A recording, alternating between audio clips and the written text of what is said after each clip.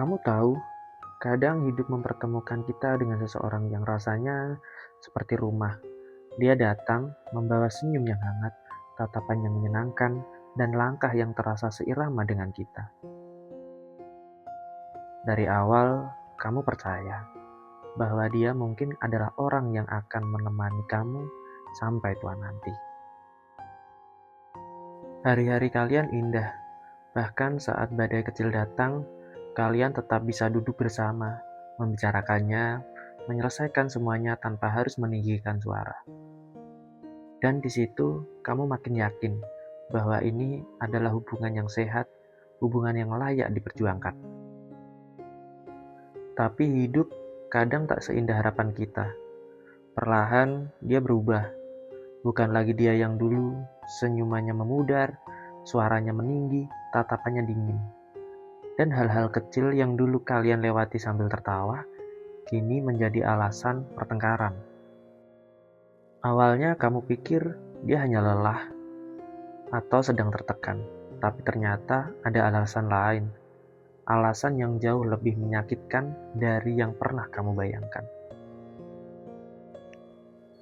Dia punya orang lain, orang ketiga yang entah bagaimana berhasil membuat hatinya goyah. Kamu mencoba bertanya, mencoba mengerti, mencoba mencari celah untuk memperbaiki. Tapi luka itu sudah terlalu dalam dan hatinya ternyata sudah tidak untuk kamu lagi. Meski begitu, kamu tetap bertahan. Kamu pikir cinta yang pernah begitu kuat bisa menyembuhkan segalanya. Kamu pikir jika kamu cukup sabar, dia akan sadar dan kembali. Tapi kenyataannya, yang kembali bukanlah cinta, melainkan kata-kata kasar, perlakuan yang membuat hatimu retak sedikit demi sedikit, dan hubungan yang makin toksik setiap harinya. Dan pada akhirnya semua itu hancur. Hubungan yang kamu bangun dengan sepenuh hati tak terselamatkan. Yang tersisa hanyalah kenangan dan bekas luka yang begitu dalam hingga membuat kamu takut untuk membuka hati lagi.